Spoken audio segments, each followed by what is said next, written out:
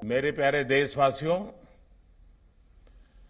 मानवता के सामने ऐसे अवसर बहुत कम आते हैं जब समय का चक्र हमें अतीत को सुधार कर नए भविष्य के निर्माण का मौका देता है। आज सौभाग्य से हमारे सामने एक ऐसा ही क्षण है। दशकों पहले जैव विविधता की सदियों पुरानी जो कड़ी टूट गई थी, विलुप्त हो गई थी, आज हमें उसे फिर से जोड़ने का मौका मिला है। आज भारत की धरती पर चीता लौट आए हैं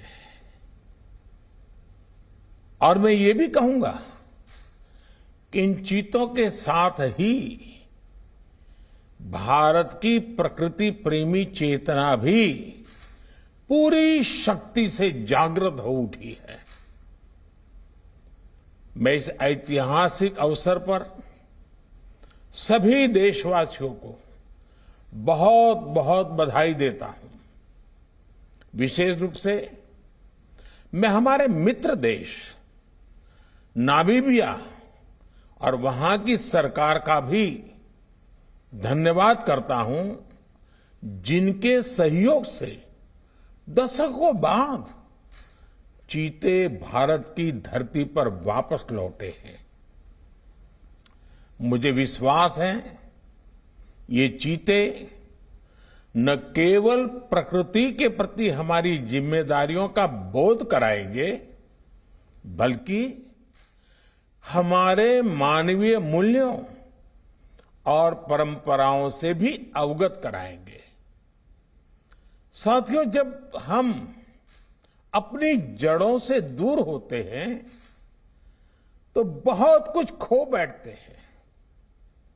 इसलिए ही आजादी के इस अमृत काल में हमने अपनी विरासत पर गर्व और गुलामी की मानसिकता से मुक्ति जैसे पंच प्राणों के महत्व को दोहराया है। पिछली सदियों में हमने वो समय भी देखा है जब प्रकृति के दोहन को शक्ति प्रदर्शन और आधुनिकता का प्रतीक मान लिया गया था। 1947 में जब देश में केवल आखिरी 3 चीते बचे थे तो उनका भी साल के जंगलों में निष्ठुरता व गैर जिम्मेदारी से शिकार कर लिया गया।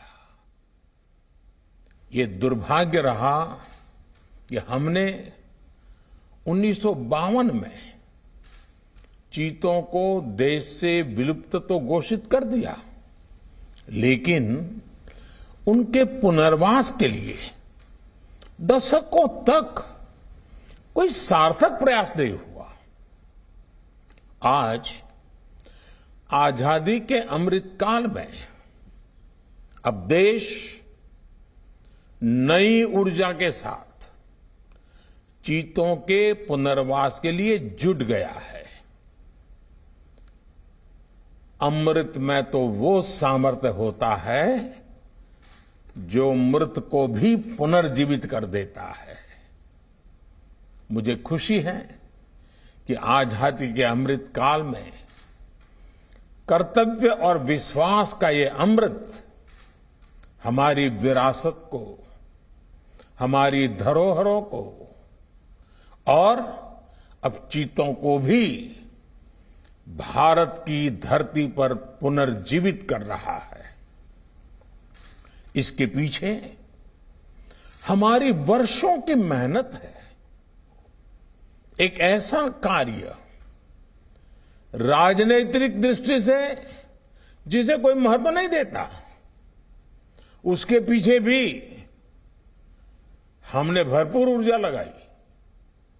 इसके पीछे एक विस्तृत चीता एक्शन प्लान तैयार किया गया।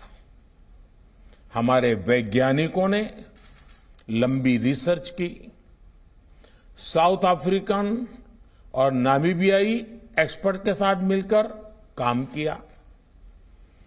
हमारी टीम्स वहां गई, वहां के एक्सपर्ट भी भारत आए। पूरे देश में चीतों के लिए सबसे उपयुक्त क्षेत्र के लिए वैज्ञानिक सर्वे किए गए और तब कूनो नेशनल पार्क को इस शुरुआत के लिए चुना गया। और आज हमारी वो मेहनत परिणाम के रूप में हमारे सामने है। साथियों, ये बात सही है कि जब प्रकृति और पर्यावरण का संरक्षण होता है तो हमारा भविष्य भी सुरक्षित होता है, विकास और समृद्धि के रास्ते भी खुलते हैं।